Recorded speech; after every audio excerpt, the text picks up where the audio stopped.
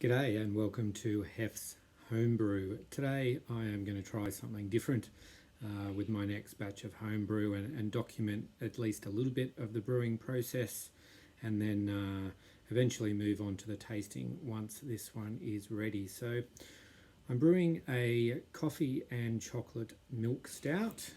This here is what I'm going to use as the base. It's Blackrock's Oatmeal Stout. I'm going to use 2 cans of this, which is what they recommend. I've heard pretty good things about Blackrock, especially in comparison to some other kits. It says that the malts are caramel, lager, roasted chocolate, black and oats. And in terms of hops for bittering, they've used Green Bullet and Pacific Gem. They recommend about a 10-day fermentation. What else does it say? Typical analysis, colour 180, so pretty dark, and bitterness just 27. 27, pretty low for a stout. So yeah, that's the base. So today, brew day, I will be using the 2 cans of that. I'm also going to boil up some lactose. This is a 500 gram bag, but I'm going to use about half of that today, so about 250 grams. I'll just boil it up, get rid of any nasties, and pop it in with the tins, and I'll be fermenting with 2 packs of the S-04 yeast that I'm going to rehydrate. Once we get close to the end of the primary fermentation, then that's when I'm going to add some chocolate and some coffee, but I'll give some more details about that when we actually get up to that process. Leave those in for a few days, and then the plan is to cold crash over 3 or 4 days, and then move on to bottling. And the recommendation is at least 4 weeks in the bottle before tasting. So we'll see if we can wait that long. My expectation is that it will really be better after at least 8 weeks in the bottle. But yeah, I'll probably have a few tastings before then to see how it is developing. So I'll come back once we've got everything ready and we start the actual brew. Alright, so everything has been cleaned and sanitized, so we're ready to start getting the brew into the fermenter. I've been soaking the 2 cans of liquid extract in a sink full of hot water to soften it up and make it a bit easier to use. The yeast is just about finished rehydrating, and I've dissolved the lactose, 250 grams roughly, in some boiling water for about 10 minutes to make sure there's no nasties in that either. So time to open up the cans and get them into the fermenter. So I'll get on with that and then show you what it looks like. Okay, so in the fermenter now you can see we've got the 2 cans of liquid extract along with the lactose and a couple of litres of boiling water, just giving that a good stir, and then we'll add the spring water, bring it up to 23 litres, take a gravity reading, and then it'll be time to pitch the yeast. Okay, so there we go, there's our 23 litres filled up with spring water, and the temperature is still quite high, so I think what I'm going to do is get the lid on, get it into the fermenting fridge, and I'm just going to have to wait, I think, a little while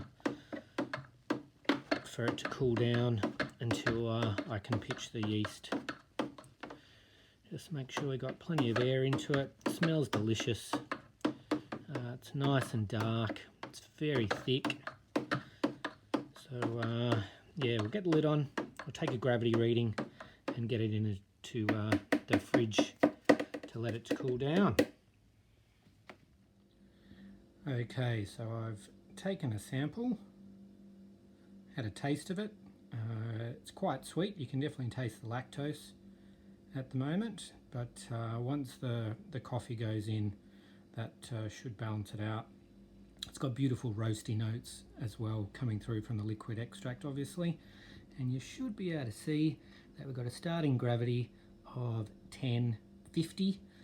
I'm not quite sure what it's going to finish at. The lactose won't ferment out, so I guess it might be a little bit higher than a lighter style or a style without a lactose addition, but we'll see what we get. So that's what it looks like. Still waiting for it to cool down. The Inkbird says that we're currently at 28, so I'm going to have to wait a while for it to cool down. This is, there it is, in the fermenting fridge, heat belt, Inkbird setup, temperature probe, and yeah, we'll just wait for it to cool down, get that yeast onto it, and then we'll start fermenting. Okay, we finally managed to pitch the yeast. It's all tucked in away there. The airlock's in with some sanitizer. It took a little bit longer than I would have liked, and the temperature was a touch higher than I was hoping. It was about 22.5. Was hoping to wait till it got down to at least 20, but just had to get it done. And I did have the rehydrated yeast. Was covered up with a sanitized bit of foil, but sitting in here for a few hours, which is probably not ideal. But the Inkbird now is saying 21.3, so we'll ferment at 18 degrees, and hopefully we'll come back in a week to 10 days and it'll just about be done. Okay, it's been about 19 hours since the yeast was pitched, and as you can see in here, we've got some good activity going on in that airlock. Of course, it's not the only indicator that fermentation has begun. So if you're a novice brewer like I am and your airlock isn't bubbling, don't stress. It may well still be fermenting. Just leave the lid on, resist the temptation to take the lid off.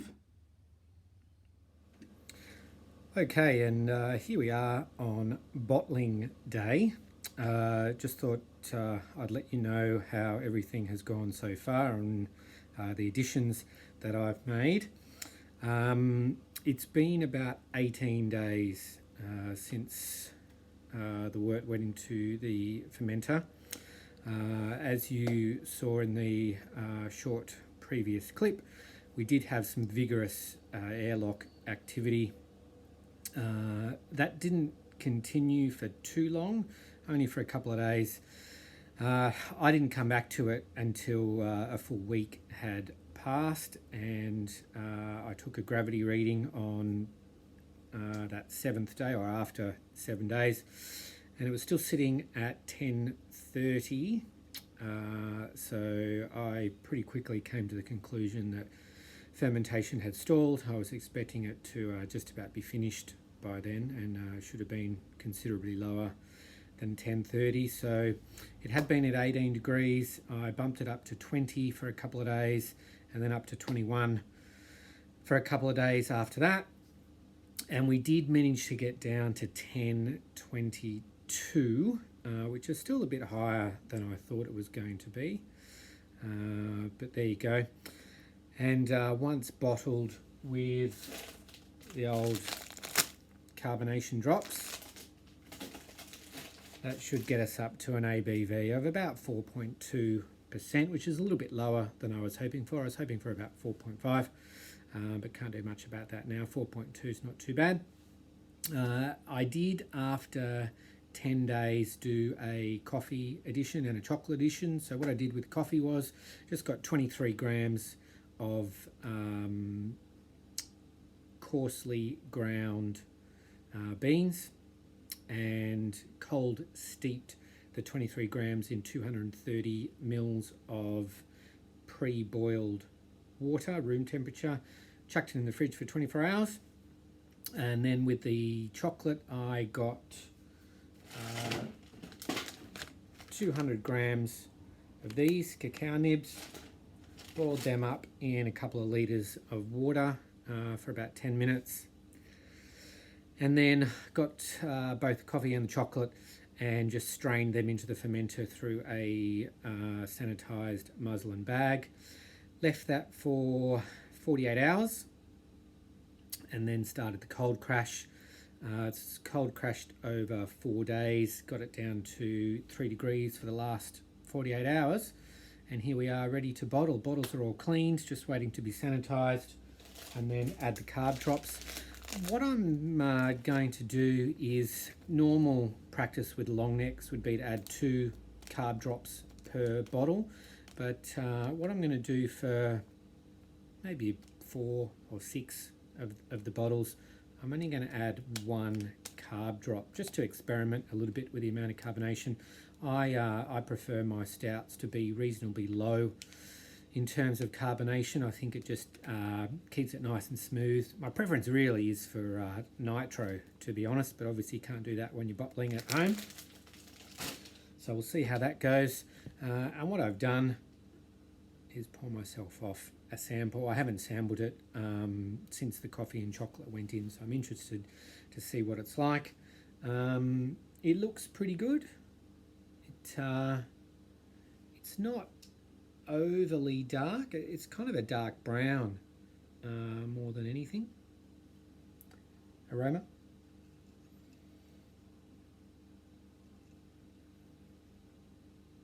Chocolate is the main aroma that I'm getting.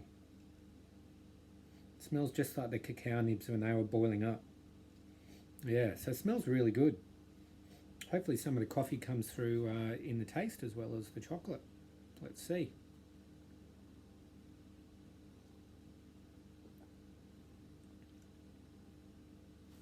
Okay. That's nice. That's nice for something that's really new. Obviously, you'd expect this to get better with more time in the bottle. I'm going to give it at least 4 weeks before I have a sample, possibly 6 to 8. But the coffee is coming through, probably not as strong as the chocolate. It's not overpowering by any means.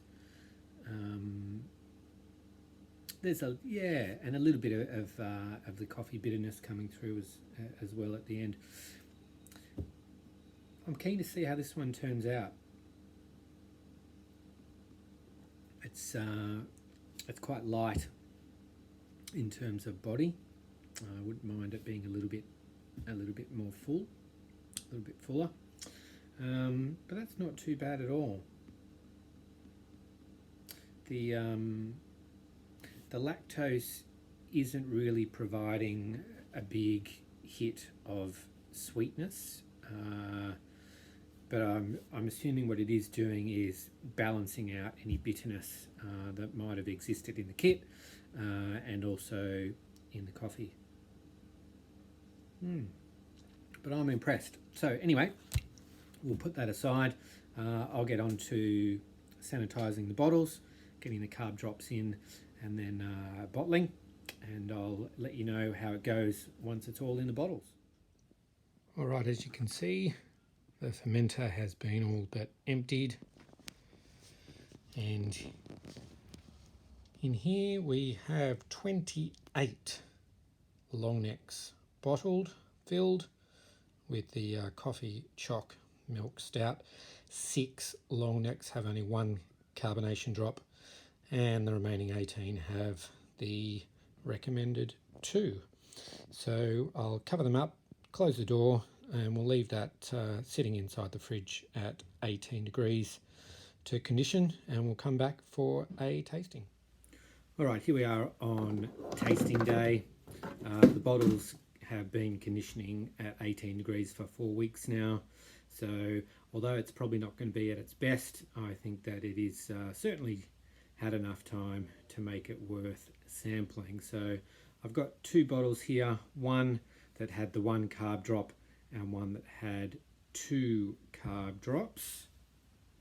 So we'll crack them both open, have a little bit of both, see what they're like. This one is 2 carb drops.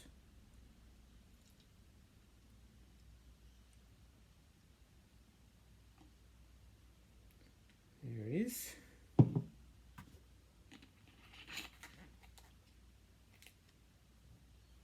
And this one, did myself some labels as well. This one just had 1 carb drop.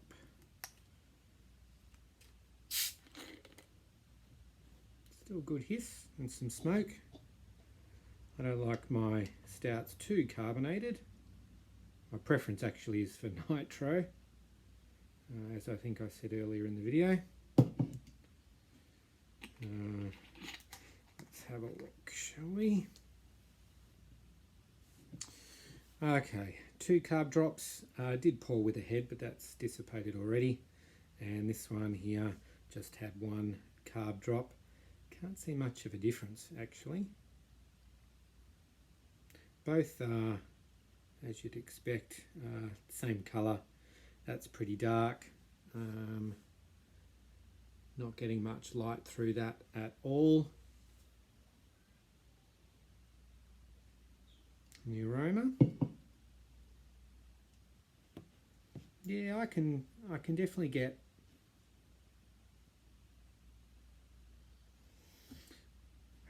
the dark roasted malts. I can get some chocolate and I can get a little bit of coffee. I'm not getting as much chocolate as I did when I had the sample at bottling time though. Anyway, it still smells pretty good, so let's give it a taste. Cheers.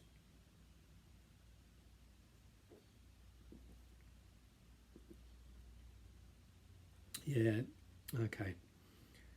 That's the 2 carb drops, and that's probably a touch over-carbed for my liking for a stout.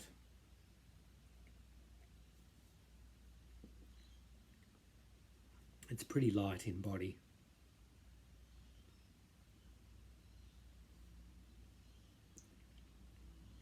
But those flavours are definitely coming through. It's a moderate amount of bitterness, as you'd expect in a stout, especially one that's had a coffee addition. And those flavours are definitely there. There's dark roasted malts, and there is some coffee, and there is some chocolate.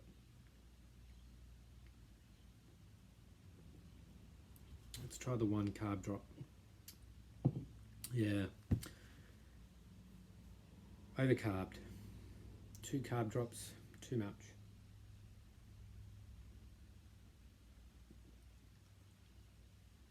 Yeah, that's better.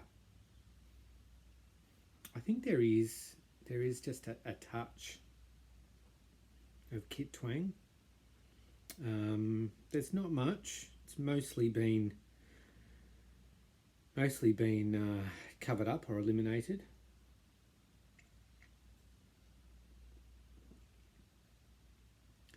Look, I would recommend giving this one a go, and I will do it again.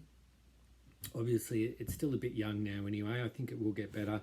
I think the 1 carb drop is definitely more to my liking. So if you don't like your stouts with too much carbonation, then definitely consider only using 1 carb drop. Next time, I think what I might try to do is a few things I would do differently actually. Number 1 is I think that I would, instead of doing a 23 litre batch, I think I'd consider looking only at maybe 19 or 20.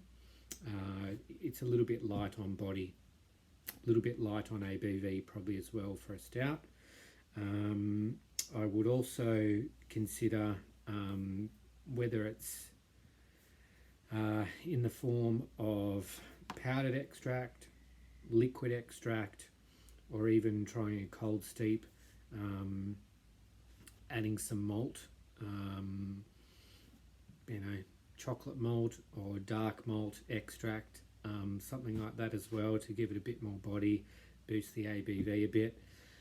And I think I'd also consider using a different yeast. Use the 04 on this one. I think I'd try Nottingham next time. I think I'll try Nottingham. But look, that's not bad at all. More, actually the other thing I wouldn't mind trying is, because the lactose, it's not really providing the sweetness that you find in a milk stout. I think all it's done is just balance out the bitterness of the stout kit and the coffee. So I think I'll either add more lactose, or even maybe try adding some vanilla, just to give a bit of residual sweetness.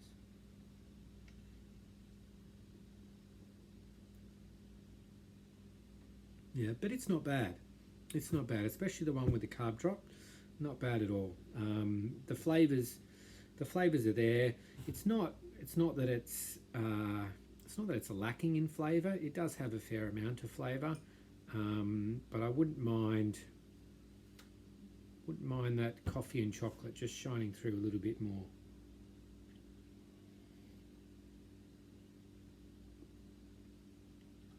But it's not bad.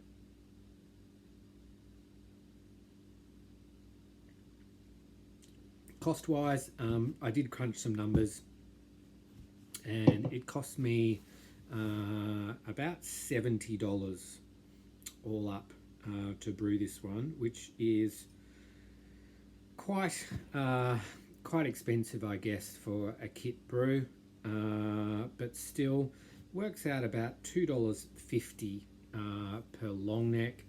You're still getting, I think, good value for money. The equivalent cost, I think I got 28 long necks. If you were to go out and buy a case of, say, VB long necks, 12 long necks, you're paying close to $70, I think, these days for a case of long necks. So you're getting more than double the value for that. So still not too bad when you consider that. But yeah, you could do it you could do it cheaper if you wanted to. You could use tap water. You could use 1 packet of yeast.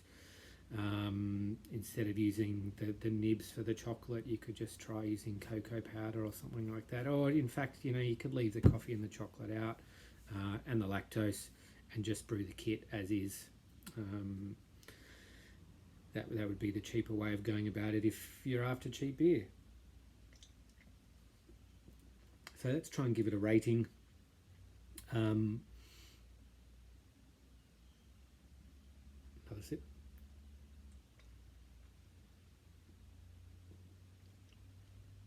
The more I'm drinking of that one, the more I like it.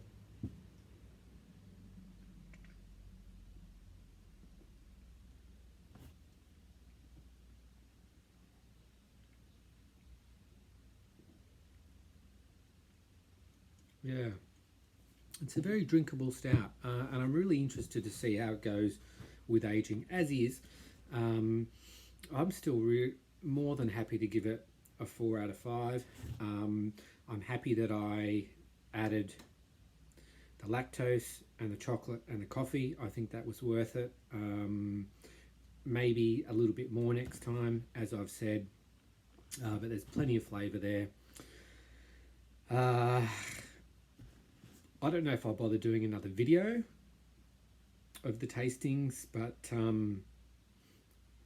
another 4 weeks, maybe eight weeks in the bottle conditioning, and we might have something that's really, really nice, but still very solid. As I said, I would recommend giving it a go if you are interested in brewing a kit brew, just a little bit of extra effort. And if you're willing to have a go at a stout. So there it is. That's the coffee chocolate milk stout from the 2 cans of Blackrock Oatmeal Stout with the lactose, coffee and chocolate additions.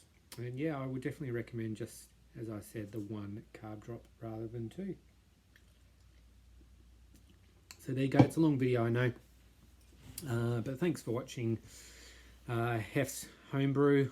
Future plans, I probably won't be doing another stout for a while. These ones will see me through, plus I've got a fridge full of all kinds of other beers to try and to drink. I think that I might have another go at doing the Pacific Ale, which I did before, just a kit brew. I've got a few ideas to try to make that one better, but that one, it's probably my favourite one so far.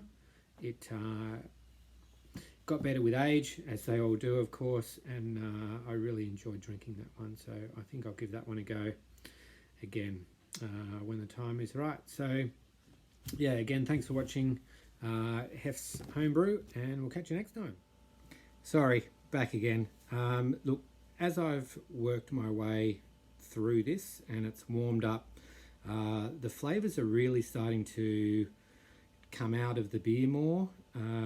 Definitely, I know it's recommended for plenty of styles of beers, but especially stouts, to drink them at warmer than fridge temperature.